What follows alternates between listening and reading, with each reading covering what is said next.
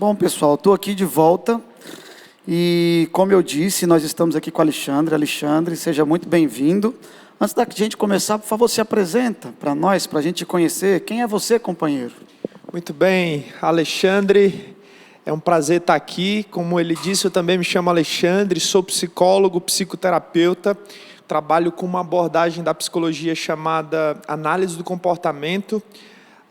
Fora do consultório, tenho o prazer de fazer parte dessa comunidade, sou cristão e é sempre muito honrado para mim estar aqui no Celebrando a Restauração, um programa que eu tenho muito apreço, confio, acredito, e é sempre um prazer estar aqui. E estamos hoje para conversar sobre um tema muito caro na vida humana, que é o autocuidado, e espero que a gente possa, de maneira muito clara, muito objetiva, discutir esse tema importante aqui hoje.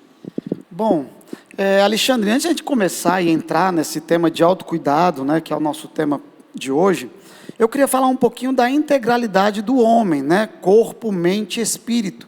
Porque normalmente a gente tem essa mania, ou a gente segrega quem nós somos, esse indivíduo íntegro, a gente segrega entre corpo, como se fosse uma área específica, e somente corpo, e mente, como se fosse uma outra área, e uma outra área que é a espiritualidade, né? Então isso muito separado ou segregado, né? Então assim, a gente pode pensar o homem sendo uno, um homem uno? Perfeito. Alexandre, essa discussão é uma discussão antiga, historicamente. Essa discussão certamente deve ter começado bem antes de Cristo, ali com os filósofos. Havia essa divisão entre mente, corpo e espírito, mas ao longo do tempo, com o advento da ciência, com o desenvolvimento da ciência, essa discussão já tem ficado mais clara, ainda com algumas divergências, por exemplo, dentro da psicologia, mas a ciência tem mostrado que nós somos um ser integral. O homem é um ser uno, um ser integral. Essa divisão hoje, na minha opinião, entre corpo, mente e espírito, é uma divisão muito mais didática do que objetiva. Na prática, nós somos sim uno. Inclusive a ciência já se rendeu, inclusive a espiritualidade enquanto dimensão humana. Nós somos sim seres que necessitamos dessa espiritualidade. Algumas abordagens da psicologia discutem isso a partir do conceito de self, de identidade, aquela resposta, né? Quem eu sou. A partir daí se inicia a conversa sobre espiritualidade, mas de fato, na prática, nós somos sim um ser integral, um ser uno. Legal, bacana. E essa afirmação, mente sã, corpo são, isso é verdadeiro? Dentro da ciência, dentro da psicologia, vocês porventura estudam isso e veem que isso a ciência também já se rendeu a isso, de que a mente sã, corpo são? Se verdade, por quê que isso é uma verdade? Sim. Com certeza é uma verdade, e isso se inicia justamente a partir dessa discussão da integralidade, né? Nós somos um ser só, então quando o nosso psicológico, as nossas emoções não estão bem, certamente o corpo vai padecer, né? Eu gosto muito de uma frase de um autor chamado Adalberto Barreto, que ele tem um livro intitulado Quando a Boca Cala, os Órgãos Falam. Nós inclusive já discutimos isso aqui no CR, e ele discute no livro exatamente isso. Quando você não tem a oportunidade de cuidar das suas emoções, de falar das suas emoções, o seu corpo começa a sentir. Por quê? Nós entendemos, Alexandre, que as emoções, os sentimentos e a prática da espiritualidade estão dentro de uma dimensão da nossa vida, que é o comportamento.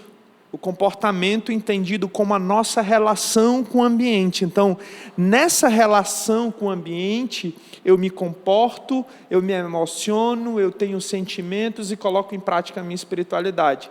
Então, o comportamento, de modo geral, vai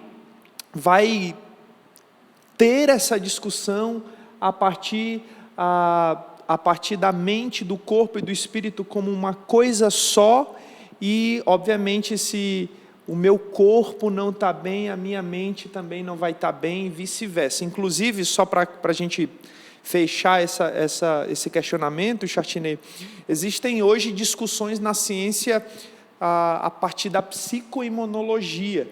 Já se tem comprovações de que quando eu não estou bem, meu sistema imunológico cai, né? Tem o próprio Augusto Cury, né, um grande autor, cientista brasileiro, respeitadíssimo, traz discussões a partir também do câncer, da relação do câncer com questões emocionais, né? A própria liberação de cortisol, né, no estresse, perfeitamente. que causa, né, mais propenso a isso, né, Sim, a você ter algum tipo de doença, né? Nós temos visto, inclusive, na pandemia, Chartinet, pessoas que têm desenvolvido durante a pandemia, né, muito estresse, muita ansiedade devido a essas incertezas, e aí o sistema imunológico cai, você fica propício a outras patologias que não a Covid, né, como uma gripe, um resfriado, justamente por conta dessa tensão, desse estresse, dessa ansiedade, né? Entendi, legal. Então, assim, deixando claro, né, assim, esse é o entendimento, né, a gente também acredita nisso, eu também vejo que a palavra de Deus fala sobre essa integralidade, né, sobre essa unicidade, essa integralidade, mas para a gente tornar justamente o que o Alexandre falou, uma forma mais didática, a gente vai falar sobre o autocuidado, né? Antes de falar sobre o autocuidado, eu primeiro quero te perguntar o que é o autocuidado, mas a gente vai tentar falar de forma mais específica, apenas como explicação. Mas vamos lá, Alexandre, o que se trata esse autocuidado? O que você vê como autocuidado? Tá. Nosso objetivo aqui não é concluir, terminar, ultrapassar os limites de uma ideia. Nosso objetivo aqui não é, enfim, falar sobre tudo, responder todas as perguntas, mas deixar realmente uma ideia, uma reflexão. Então, assim, o que seria o conceito de autocuidado? Eu gosto muito da ideia do autocuidado enquanto o comportamento de cuidar-se. O autocuidado é a capacidade que eu tenho de me priorizar e entender que eu só posso cuidar do outro quando eu estou bem. Né? Entendendo aquela ideia, Chartinet, de que eu só dou aquilo que eu tenho. Então, infelizmente, algumas pessoas têm essa prática, né, de se dedicar intensamente aos outros, aos trabalhos, às obrigações, às responsabilidades e esquecem desse cuidar-se, que é extremamente importante e que deveria ser a nossa prioridade. Então, muito objetivamente, eu conceituaria autocuidado como a prática do cuidar-se. Interessante você falar isso, que me lembra muito uma passagem, né, que para mim é uma máxima dentro da palavra, que diz o seguinte, né, quando Jesus pergunta, é questionado sobre qual é o maior mandamento, né, e que Jesus responde: amar a Deus sobre todas as coisas e amar ao próximo como eu me amo, né? Porque se eu não me amo, se eu não tenho esse autocuidado, eu também tenho dificuldade de dar esse cuidado ao outro, né? Sim, inclusive, Chartinet, as pessoas, isso é muito visível no nosso dia a dia, as pessoas que têm dificuldade de amar o próximo, ou de cuidar do próximo, são pessoas que não se amam, são pessoas que têm discussões que não se aceitam, e é muito mais difícil aceitar o próximo, certamente. Legal, interessante. Quando a gente fala de autocuidado, e aqui recentemente eu vi uma entrevista, Alexandre, sobre os números de mortos na pandemia, né? E o sexo masculino, de forma específica, nós, assim, homens, a gente tem menos autocuidado conosco, né? Não sei porquê, enfim, mas o homem, ele vai menos ao médico, ele procura menos se cuidar de uma forma integral, né? E eu estava vendo que os números de mortes são maiores entre os homens para a Covid, e os pesquisadores eles estão começando a identificar que a ausência desse autocuidado, né, de você cuidar corpo, mente e espírito, né, de uma forma integral, é responsável por isso. Certo? Mas vamos para frente. Por que o autocuidado, na tua opinião, por que esse autocuidado ele é importante? Por que você considera que isso é importante para a vida? Pronto. Primeiro de tudo, de maneira bem básica, o autocuidado é extremamente importante para a continuação da nossa espécie. Eu preciso me cuidar para que eu me mantenha vivo, para que eu consiga reproduzir, para que eu consiga dar continuidade à nossa espécie, acima de qualquer coisa. Mas é muito interessante a gente pensar em autocuidado, Chartinei, entendendo que eu só posso, inclusive, pensar em felicidade, por exemplo, que é uma discussão hoje muito em voga, eu só posso pensar em ser feliz com o outro, ou ser feliz em sociedade, ser feliz em comunidade, se eu consigo minimamente aceitar quem eu sou. Mais do que isso, responder essa pergunta, quem eu sou? E aí daqui a pouco, muito provavelmente, a gente vai entrar na discussão do autoconhecimento, né?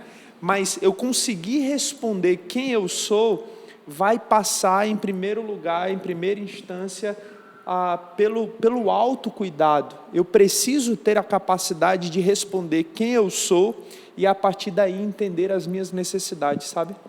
Entendi. É legal você falar isso, porque a nossa sociedade às vezes ensina algo diferente, né? Ela condiciona muito a nossa felicidade ao outro, né? Eu vou me casar para ser feliz, né? Eu desejo que você me faça feliz, né? Enquanto casal, a gente coloca essa expectativa em cima do outro, né? Sim. E na verdade ela nasce em mim, né? Ela nasce dentro das relações. Eu também percebo isso, né? Que ela nasce dentro de mim, né? Isso que você falou sobre autoaceitação, para mim hoje isso é muito claro, né? Quem tem problemas com autoestima tem dificuldade desse relacionamento porque não se ama, não se gosta ou se cobra demais. Ele também se comporta dessa forma com o próximo. Sim. Isso é um comportamento comum até meu, Alexandre, assim, falando para vocês, onde eu tenho me percebido dessa forma, né? Me amar mais, aceitar mais quem eu sou, a minha condição, a minha identidade, ou os meus comportamentos, né? Entendendo que eu sou amado por Deus, sou aceito por Cristo e sou salvo por Ele, me faz compreender que eu preciso gostar mais de mim e aceitar mais o próximo também. Sim, sim. Né? E precisa partir de mim, sabe, Chartinei? Eu só vou conseguir amar o próximo plenamente, eu só vou conseguir me relacionar de maneira efetiva com o outro a partir do momento que eu me amo, que eu me entendo, que eu me conheço, né? Agora, em meados de abril, o El País, aquele jornal europeu importante, né, publicou que o Japão recentemente criou o Ministério da Solidão. Não sei se tu viu essa muito bacana, né? Porque durante a primeira onda, no ano passado da pandemia, um número incrível de idosos suicidaram-se. Então, assim, a solidão também tem assolado muito essa população, né, de idosos, e, sem dúvida, essa discussão de quem eles são, a minha inutilidade, quem eu sou, qual é meu papel na sociedade, eu sou um estorvo, eu dou trabalho para minha família, e aí eu vou me isolar, eu vou ficar sozinho, e a solidão é algo que assusta muito, né, Chartinei?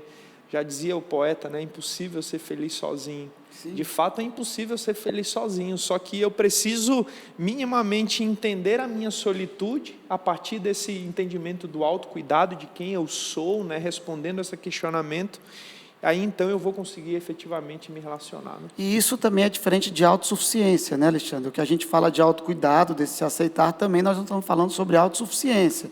Porque a autossuficiência é isso de que você não depende de ninguém, não depende do próximo para que você encontre felicidade. Quase descaracteriza a nossa condição, enquanto seres humanos, de sermos seres sociais. Né?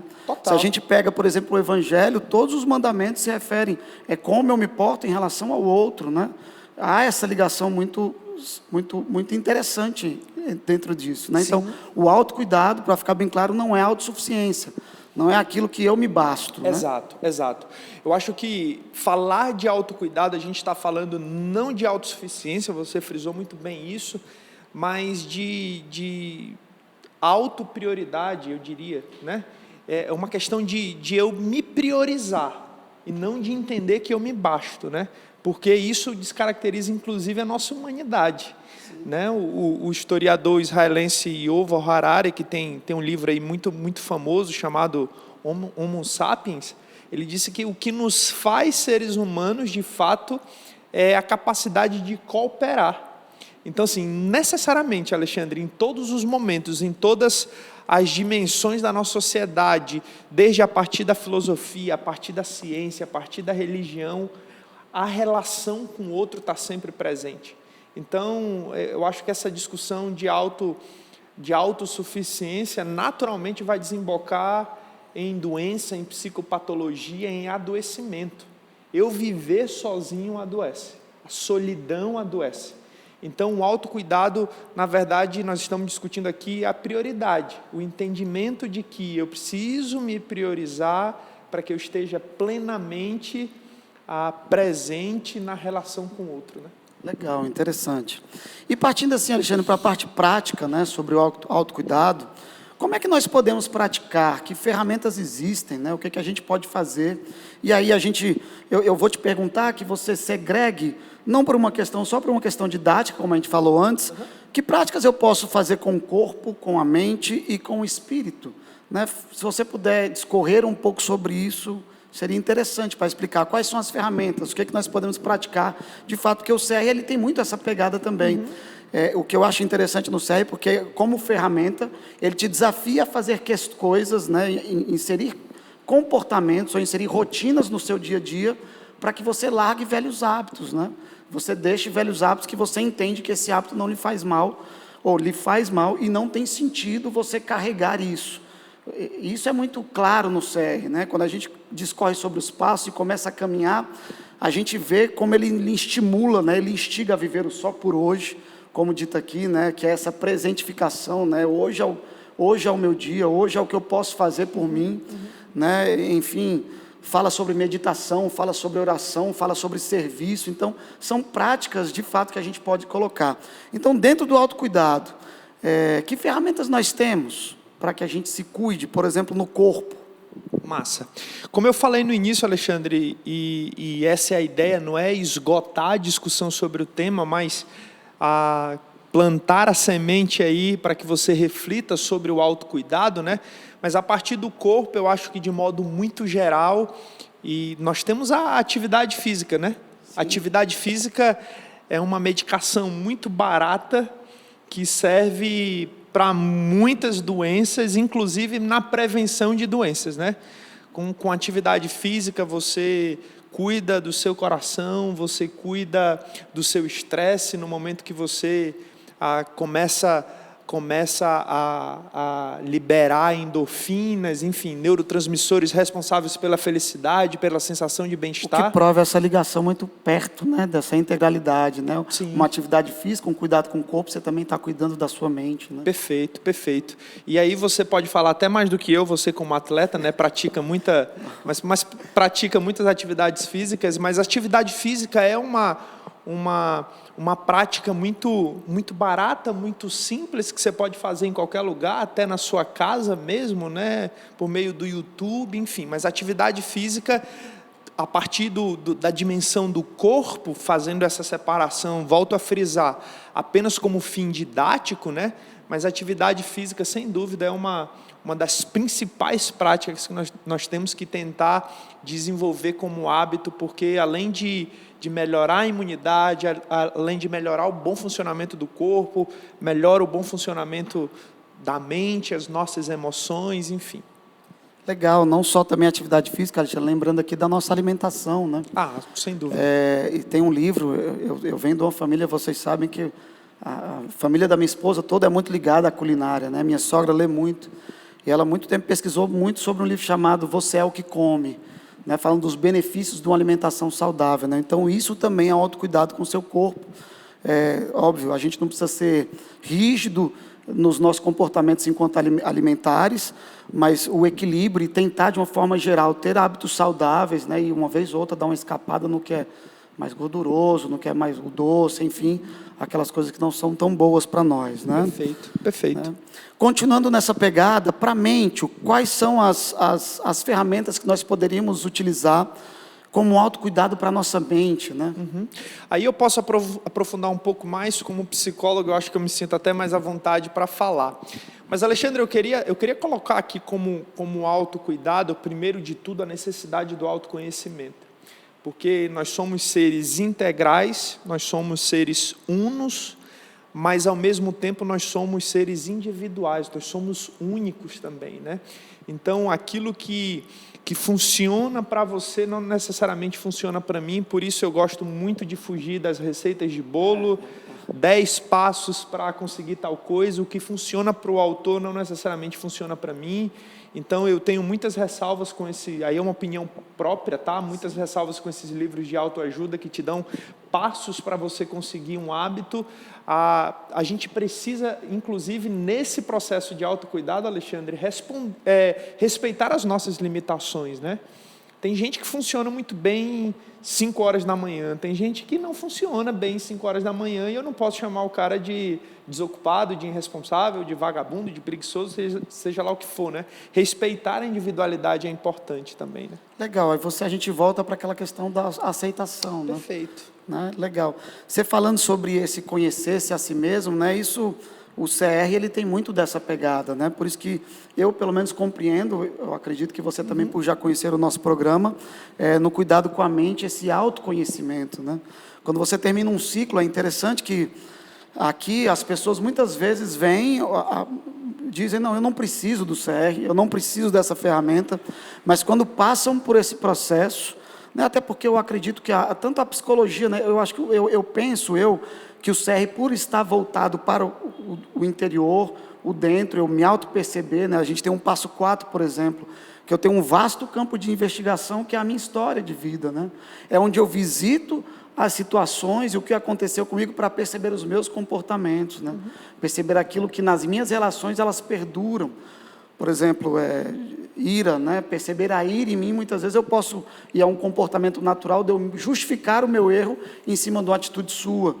Mas ao ver que em várias relações, em vários momentos eu nutro esse mesmo comportamento, eu já tenho que olhar com um olhar mais de lupa e dizer, opa, peraí, isso aqui não é do outro, isso aqui é meu, essa intolerância é minha, então eu preciso cuidar disso, né? Eu preciso fazer algo a respeito em relação a isso. Então eu acho que o CR também seria uma ferramenta desse autocuidado com a mente. Com certeza. Existem várias maneiras de você desenvolver o autoconhecimento, né? E certamente o CR é um programa voltado para isso, e inclusive existe um incentivo, né, para a busca, por exemplo, de um profissional, caso seja necessário, né? Sim. Você buscar ajuda de um psiquiatra, de um psicólogo, né? Dentro do CR existe esse incentivo também da partilha, né, de eu ter alguém para me orientar como meu mentor. Isso é muito legal, isso desenvolve autoconhecimento, cara. Então, assim, são várias possibilidades de eu desenvolver autoconhecimento, lembrando que autoconhecimento é um comportamento e, como qualquer outro comportamento, eu posso aprender. Então, assim, eu posso falar a partir da psicoterapia, por exemplo. A psicoterapia é uma ferramenta poderosa de autoconhecimento. Todas as psicoterapias têm esse objetivo em comum. Eu diria que um dos principais objetivos, é óbvio que a partir da sua individualidade você tem objetivos individuais, únicos, mas qualquer pessoa que mergulhar na psicoterapia vai ter como consequência o autoconhecimento, né? E o autoconhecer, cara, é um negócio fantástico, Chartinet, porque te dá a possibilidade de vencer as barreiras de alguns comportamentos limitantes. O autoconhecimento te tira da zona de conforto e te incentiva a se desenvolver enquanto pessoa, enquanto ser humano. O autoconhecimento faz você se aceitar, que o processo de aceitação é fundamental. Quando eu me aceito, eu amplio a possibilidade de mudança. Essa autoaceitação, acho que ela é libertadora, né, Alexandre? Sem dúvida. No mundo corporativo, isso é muito comum, você entender quais são as suas fraquezas, né? Até a gente faz análise dentro da administração, você faz uma análise entre forças e fraquezas de uma empresa, por exemplo, e perceber essa fraqueza como não algo que me condene ou que eu faça esse auto-julgamento, mas entender, não, eu não sou perfeito, eu não tenho todas as qualidades, nós não temos todas as qualidades, a gente se complementa, na verdade. Isso, por exemplo, é o que Joseph Safra faz, né? Uma vez perguntaram para ele se ele se considerava bom. Ele disse que não. Ele disse que ele estava cercado de pessoas boas. Ou seja, ele entendia onde eram as suas fraquezas e as suas limitações, e ele puxava alguém que era bom justamente naquilo que ele era fraco. né? Quando você não tem isso, ou você tem uma postura de orgulho, ou de não aceitação dessa sua fraqueza, isso acaba, vira até uma pequena, pode virar uma psicopatia, na verdade, não pode? Perfeito, exatamente, exatamente. E aí tem, lembrando que a espiritualidade também é uma ferramenta de autoconhecimento, né? E a Bíblia traz aquela máxima de Paulo, né? Quando sou fraco é que eu sou forte. Eu acho que o apóstolo Paulo é um personagem importante, né? É um cara que praticava a autoaceitação. Ele entendia que quem ele era, exatamente. É um cara que colocava em prática a aceitação, né? E como ferramenta de aceitação, nós estamos estudando isso dentro da psicologia, Chartinet, existe a meditação, que infelizmente muitas pessoas ainda acham que a meditação é uma prática religiosa, budista, indiana, seja lá o que for, mas a meditação hoje já existe comprovação científica dos benefícios, em primeiro lugar, a partir da aceitação, né? Mais precisamente, a gente pode falar aqui do mindfulness, que é um tipo de meditação que vai focar em você aprender a identificar o momento presente, o hoje, o só por hoje, o agora. Então, uma prática de mindfulness, por exemplo, você aprende a focar na sua respiração, no momento presente, no ambiente que você está, na temperatura do ambiente. E Alexandre, e isso é o que está faltando, inclusive, da nossa sociedade hoje, né? A gente vive acelerado, né? Intensamente o futuro, muito preocupado com o amanhã, e a gente deixa de viver o hoje, que é o que realmente nós temos, né? Legal você falar isso, porque você falou agora há pouco para nós que o autocuidado também é um comportamento e ele pode ser aprendido. Sim, total. Quando você fala de meditação e mindfulness, eu vejo que essa ferramenta é muito sobre isso. Eu estou aprendendo a silenciar, a viver o presente, a sentir coisas que normalmente eu não sinto, né? Como o simples fato de comer. Eu, como bom ansioso que sou, né, raras as vezes que eu paro para apreciar um prato. Mas às vezes que através da meditação eu fui desafiado a comer lentamente, a sentir os sabores, é uma outra experiência, é uma outra sensação. E aí você acaba desenvolvendo um estilo de vida, né? Eu estou ali na simples prática de escovar os dentes, por exemplo, e estar plenamente presente, sai do automático, exato, escovando os dentes. Desligar o piloto automático, é isso que a meditação faz, né? Legal. Você tem mais alguma ferramenta que a gente pode aplicar como cuidado da mente? Você queria falar mais alguma coisa? Nós falamos sobre a psicoterapia, e aí é importante a gente também trazer a discussão, Alexandre, da nossa sociedade. A gente falou sobre essa aceleração da vida, né? E aí a pandemia pegou todo mundo de surpresa e fez com que a gente parasse de forma abrupta, né? Mas aí vem aquela discussão do ócio. Não fazer nada, será que é uma prática de autocuidado também? Eu me permiti estar sozinho no meu canto, como muitos dizem, né? O homem abrir a caixa do nada e ficar ali de boas, refletindo sobre a vida. Será que isso é preguiça? Será que isso é irresponsabilidade? Improdutividade. Improdutividade, né? Exato. Essa é a discussão, né? Nós somos desafiados a produzir o tempo inteiro. Né? E não fazer nada, será que não é um momento de autocuidado também? Óbvio, dado as devidas proporções, né? Mas eu acho que esse ócio nos permite a criatividade também. Talvez podemos levar em consideração o ócio como um momento de autocuidado. Legal, assim, a gente tem um exemplo, pelo menos eu levo isso como um exemplo, porque eu tenho essa cabeça muito produtiva, né? Minha cabeça é muito voltada para isso. E inúmeras vezes, assim, estar no ócio, eu me condenava ou me julgava como se eu tivesse essa falta de aceleração, como se fosse algo errado, né? A gente justifica para nós e para os outros, né? Enfim, não, eu sou produtivo, eu estou correndo, como se isso fosse algo que trouxesse uma identidade para você, né? Eu tenho um valor, né? Como se isso fosse essa correria estivesse relacionada com o teu valor. Né? Se eu sou produtivo, eu tenho um valor. Exato, né? Exato. É incrível isso. E assim, eu tenho como um exemplo, uma pessoa que eu aprendo muito sobre essa questão de guardar o equilíbrio, sobre quando correr, sobre quando parar, é o nosso pastor, né? Pastor Márcio. Ele me falou uma vez uma frase, que ele me disse o seguinte, né? E ele falou assim: Alexandre, a vida não é uma corrida de 100 metros, mas ela é uma maratona de 42 quilômetros, ou seja, a constância, a velocidade correta, a constância é muito mais importante do que a intensidade, né? Eu achei isso muito bacana que ele disse, para mim abriu, foi um insight muito legal que ele me falou. Pronto. E a gente está falando de autoconhecimento, e é a partir do autoconhecimento que eu identifico o momento de parar, o momento de acelerar, o momento de frear, né? O momento de recuar, muitas vezes, né? Tudo isso é autocuidado. Tudo isso é autocuidado. Aceitar o momento que nós estamos vivendo, entender que é o momento de parar, e aí esse ativismo faz com que a gente perca algumas coisas importantes da vida à nossa volta, né? Legal, é mais ou menos como diz a nossa frase, né? Serenidade para aquilo que eu não posso mudar, né? Aceitar, né? E coragem quando cabe a mim, quando eu posso fazê-lo, né? Eu acho que isso reflete bem essa questão do equilíbrio entre produzir, entre querer mudarem e também aceitar e parar e entender, não, é assim, eu não tenho domínio, eu não tenho controle sobre isso. Perfeito, né? Exatamente isso. E Alexandre, no campo espiritual, né? Vamos lá, que ferramentas que nós temos aí no campo espiritual que revelam também esse autocuidado, né? Tá.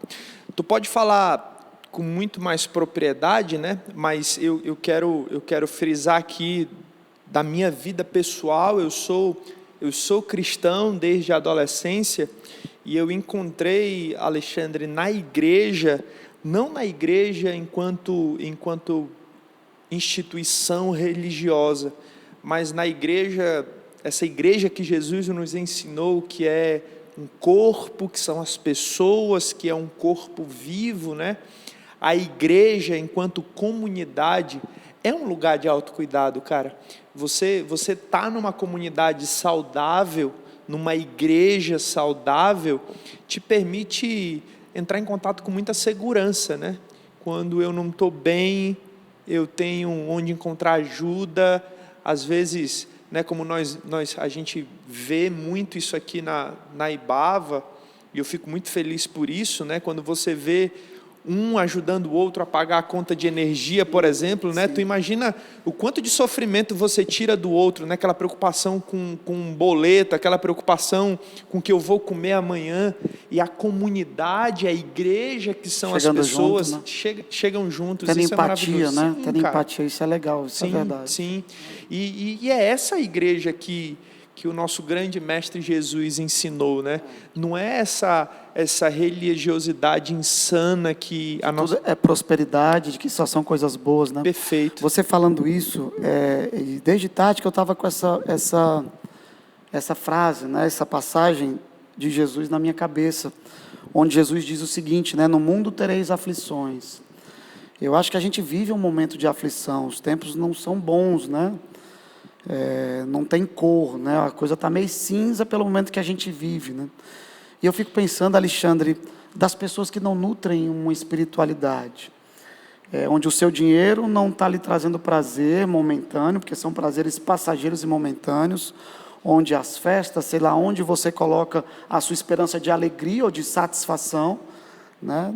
Não que ter esses momentos seja errado, não é isso que eu estou falando, mas é quando isso é o meu primeiro, ou o meu alvo, a única coisa que eu tenho. Eu fico imaginando como não estão as cabeças dessas pessoas que não têm esse porto seguro, né? Para se apoiar em Cristo, para se apoiar, como ele diz, né? No mundo tereis aflições, mas tende bom ânimo, pois eu venci o mundo. É uma certeza que em Cristo, apesar das aflições, eu posso ter segurança, eu posso ter um local seguro, um local de esperança, um local de que as coisas vão terminar de uma forma satisfatória, porque tem um Deus que nos ama, né? Exato. E a igreja, essa igreja saudável deixada por Jesus, essa igreja que é muito mais cristã do que religiosa, acaba sendo um caminho muito, muito interessante e importante, Alexandre, para a gente identificar os nossos valores, né? O que realmente importa para mim? O que realmente importa para você? Eu penso que dentro da igreja nós temos um ambiente muito propício para isso, para que a gente identifique a nossa missão, para que a gente identifique os nossos valores, para que a gente consiga, inclusive, responder quem nós somos. Sim, para que estamos aqui, né? Por que Perfeito. viemos, né? Dentro da minha existência, né? O que eu vim fazer nesse lugar, né? E nós estamos falando aqui de uma prática, Alexandre, de uma prática espiritual que, na verdade, é comportamental também, né? Eu penso que o nosso desafio é sermos cristãos sem necessariamente sermos religiosos. Eu acho que é esse o desafio, né? E Bem realistas, né? Perfeito. Pé no chão, né? Exato. E aí eu fico muito triste quando eu vejo nas redes sociais pessoas levantando bandeiras ao invés de viverem o cristianismo na prática, ajudando a pessoa que está do meu lado, às vezes até dentro da minha própria casa, né? E é esse o desafio que o nosso grande Mestre Jesus nos ensinou.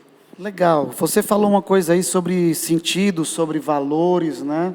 E eu acho que isso também é muito importante nesse campo de nos trazer esse autocuidado, porque ter uma vida vazia sem essa definição de quais são os meus valores, os princípios. Fala um pouquinho sobre isso, Alexandre, sobre o sentido da vida, como é que eu posso encontrar o sentido da vida, né? Qual é a sua opinião sobre isso? Aí se você puder falar enquanto psicólogo, mas também enquanto cristão. Legal. O conceito de valor na psicologia é um conceito muito amplo, mas de maneira muito geral eu posso entender o valor como uma bússola que vai me permitir me dizer em qual direção eu preciso levar a minha vida. O valor é o trilho onde eu vou colocar a minha vida em cima e vou seguir em direção aos meus valores. Então, assim, valor é algo subjetivo, é algo muito amplo e é tudo aquilo que eu não posso objetificar. Por exemplo, eu não posso dizer que um valor para mim é ganhar muito dinheiro. Isso não é valor, isso é meta, isso é objetivo, né? Sim. Valor para mim seria a minha profissão, por exemplo, minha família. É o gosto pela coisa, né? Perfeito. Eu posso colocar como valor para mim o autocuidado, por exemplo. Eu não posso objetificar um valor. O valor ele é construído e é tudo aquilo que direciona a minha vida. Eu, enquanto psicólogo, tenho um valor de ajudar as pessoas, de compartilhar cuidado com as pessoas. Então, quando eu entendo que isso é um valor para mim, Alexandre, quando me pagam pelo meu trabalho, é só consequência da prática desse valor, né? Da efetividade do valor na minha vida, né? E aí a gente está falando também de sentido, né? Qual é o sentido da minha vida? Qual é o sentido da sua vida, né? Entendi. É como se você falasse, os valores então seriam essa coisa mais inabalável. Por exemplo, porque nós vivemos um momento em que as estruturas foram e estão sendo abaladas, né? Por exemplo, você falou, ganhar dinheiro como não é um valor, é uma meta. E se eu tenho isso muito na minha cabeça como fim, ganhar dinheiro, num momento como esse, as coisas se abalaram. Então eu preciso me apoiar nesses valores, é mais ou menos isso? Perfeito, exatamente. Porque ganhar dinheiro, por exemplo, que é o exemplo que nós trouxemos aqui, é algo que eu vou alcançar, vou ter isso como meta, mas o valor é muito mais do que isso. Eu quero ter dinheiro para quê? É o para quê.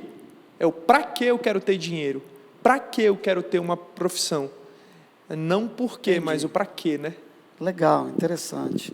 Bom, você perguntou aí para mim e para nós, né, encontrar o sentido da vida, e já finalizando. Alexandre, para mim, a espiritualidade ela tem um peso muito grande na minha vida. Como eu disse para você, né, eu não sei como eu estaria ou o que eu seria se eu não tivesse encontrado com Cristo no decorrer da minha caminhada, né? Eu digo muito que não fui eu que busquei Ele, né? Eu entendo que nesses encontros e desencontros da vida, eu acabei tendo contato com isso, com Ele, e fez muito sentido para mim. Isso me dá muito propósito. É até interessante a gente falar, porque eu pelo menos desconheço. É difícil você encontrar uma pessoa no final da vida e dizer assim, poxa, eu queria ter ganhado mais dinheiro. Né? Mas não, as pessoas falam sobre valores com mais sentido, né? Eu gostaria de ter ajudado mais, eu gostaria de ter me doado mais aos outros, né? É interessante isso, né?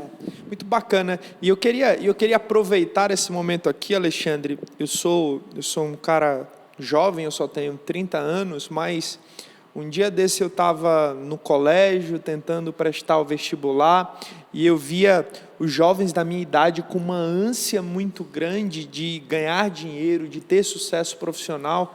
E é incrível como na nossa sociedade hoje os pais têm incentivado muito os jovens e os adolescentes.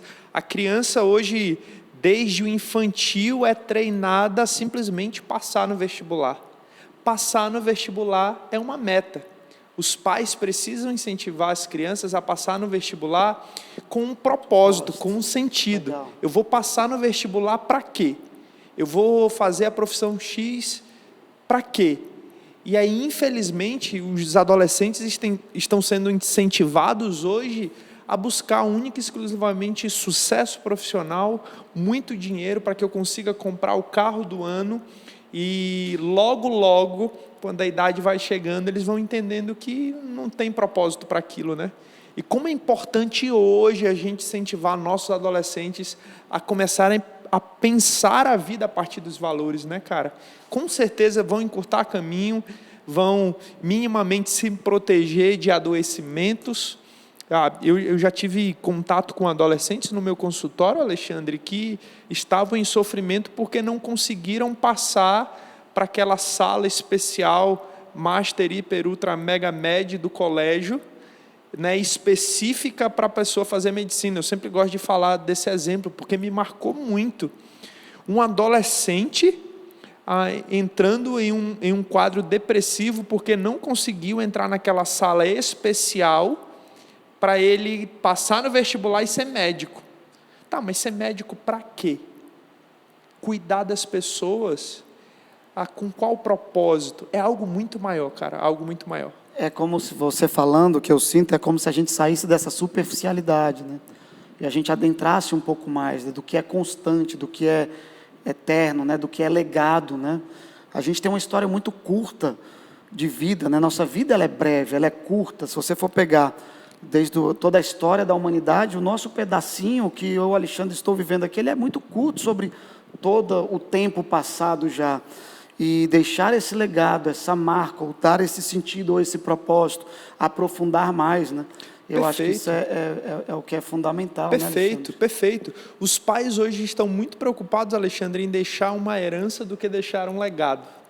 Então a gente vê famílias trabalhando intensamente para deixar bens para os filhos, para deixar uma casa boa, terrenos, dinheiro, mas não tem se preocupado com legado, cara. Mais do que a herança, é importante deixar um legado, porque isso vai passando de geração em geração e certamente a gente vai construir uma sociedade minimamente melhor até o dia que Jesus volte para nos buscar, né? Amém, meu irmão. E é isso, né? Assim, a gente percebe até dentro da espiritualidade, né?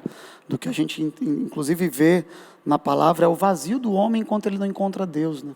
Ele vai trocando de ídolos, né? Uma hora é isso, outra hora é aquilo. Então mantém um ídolo até o final, mas no final da vida ele vê que esse ídolo não valeu. Ele não trouxe essência, ele não trouxe esse primórdio, esse aprofundamento. Você tem mais alguma coisa para nos falar, Alexandre, sobre autocuidado? Não, eu acho que nós discutimos tudo. Como eu falei no início, a nossa ideia não era esgotar o assunto, mas deixar uma reflexão. Muito provavelmente você está acompanhando aí o nosso amigo, irmão Caleb, fazendo um desenho, fazendo uma arte, e eu espero que você consiga assimilar e associar tudo que a gente está discutindo a partir do que ele está desenhando, e nós estamos aqui à disposição, Alexandre, né, para que a gente retorne. A partir dessa discussão do autocuidado, a gente pode trazer outras discussões menores. Enfim, é inesgotável esse assunto. Legal, cara, eu quero lhe agradecer por você estar aqui com a gente. Prazer imenso. É sempre muito rico essa conversa contigo, então muito obrigado. Caleb terminou o desenho. Cara, muito obrigado por você ter se disponibilizado e vindo aqui. Esse desenho, como o Alexandre disse, era para retratar, né? Como o assunto é amplo, a nossa intenção em fazer esse desenho aí era que ele fosse um esquema de mais fácil percepção para quem olhasse ele. Obrigado, viu, meu irmão, pelo teu dom, por estar disponibilizando o teu dom para a gente estar alcançando vidas e servindo aos outros, tá bom? Valeu. Valeu, gente. Uma ótima semana a todos. Até mais, até a próxima.